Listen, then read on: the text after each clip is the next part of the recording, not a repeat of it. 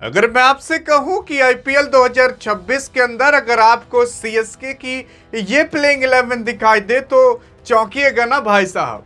अरे हाँ, क्योंकि आईपीएल 2026 इसी 28 मार्च से चालू होगा। आपकी सीएसके की टीम 30 मार्च को अपना पहला मुकाबला खेलेगी राजस्थान रॉयल्स के खिलाफ। सवाल ये उठता है कि आखिरकार आपकी टीम किस प्लेइंग 11 के साथ उतरेगी।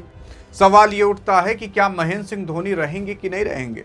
सवाल ये भी उठता है कि आखिरकार आपकी सीएसके के कौन कौन से मैचेस हैं। यार तो आप खुद देख लो ना, पहला मुकाबला कहीं और नहीं बल्कि राजस्थान रॉयल्स के साथ 30 मार्च को है। दूसरा मुकाबला पंजाब किंग्स के साथ है 3 अप्रैल को। फिर उसके बाद आरसीबी के साथ है 5 अप्रैल को आपकी सीएसके का। और at the and Delhi capital से एक बार मुकाबला होगा 11 अप्रैल को और सीएसके का होगा। तो टोटल अभी आपके सीएसके के यहाँ पर 4 मुकाबले रख दिए जा चुके हैं। ये 4 मुकाबले केवल और केवल 12 अप्रैल तक ही बताए गए हैं, क्योंकि अभी 12 अप्रैल तक का ही शेड्यूल जारी हुआ है। हाँ, उसके आगे जारी होगा लेकिन कुछ समय बाद जारी होगा, क्योंकि आप देख रहे होगे यार, ईरान, अमेरिका, इजराइल के बीच युद्ध चल रहा है, उधर अफगानिस्तान पाकिस्तान के बीच चल रहा है, भारत पाकिस्तान से भी होने की संभावना है। तो ऐसा कहा जा रहा है कि अभी थोड़ा माहौल ज़्यादा गर्म है। इस बीच अगर शेड्यूल पूरा जारी कर दिए और उस शेड्यूल के हिसाब से ना हो पाए तो दिक्कत हो जाएगी।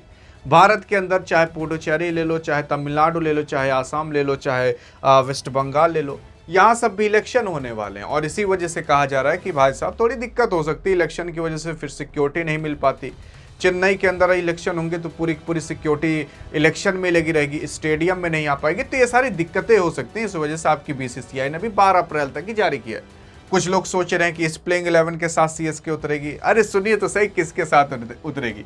देखो, सबसे पहले कोई और नहीं, इस बार आपके संजू सैमसन और आयुष महात्रे की जोड़ी उतरते हुए आपको दिखाई देगी। आयुष महात्रे खासकर अभी टीम इंडिया में तो नहीं आ पाए, लेकिन अंडर 19 के अंदर एज अ कैप्टन के तौर पर खेलते हैं और जिता भी चुके हैं अंडर 19 का वर्ल्ड कप इसी साल। तो इसी साल भारतीय टीम T20 वर्ल्ड कप भी जीती थी, इसी साल अंडर 19 का भी वर्ल्ड कप जीती थी, और इससे पहले वुमेन्स ओडीआई वर्ल्ड कप जीती थी और एशिया कप भी जीती थी। उसी के साथ साथ आरसीबी जीती थी, उसी के साथ साथ चैंपियंस ट्रॉफी भी जीती थी।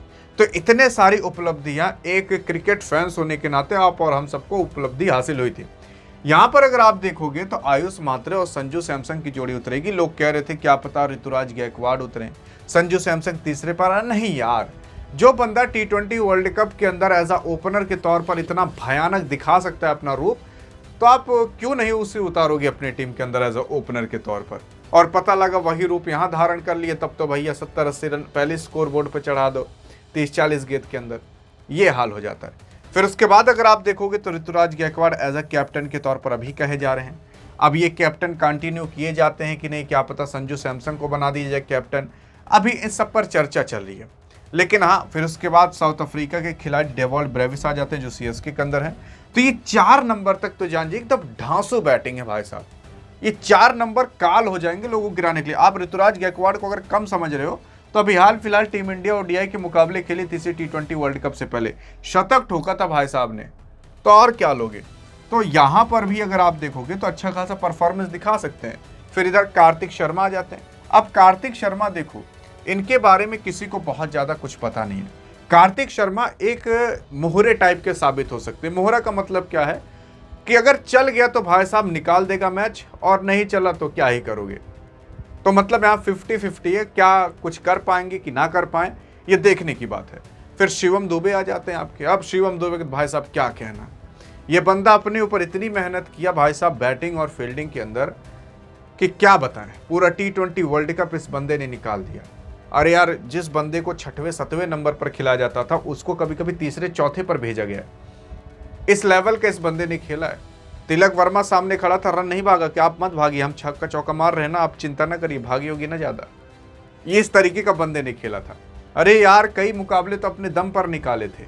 तो शिवम दुबे इस बार आपके एक एडवांस पॉइंट साबित होंगे। जो सीएसके पिछली बार 9वें-10वें पर थी, इस बार थोड़ी खतरनाक दिखेगी आपको। फिर उसके बाद कोई और नहीं बल्कि प्रशांत वीर आ जाते हैं।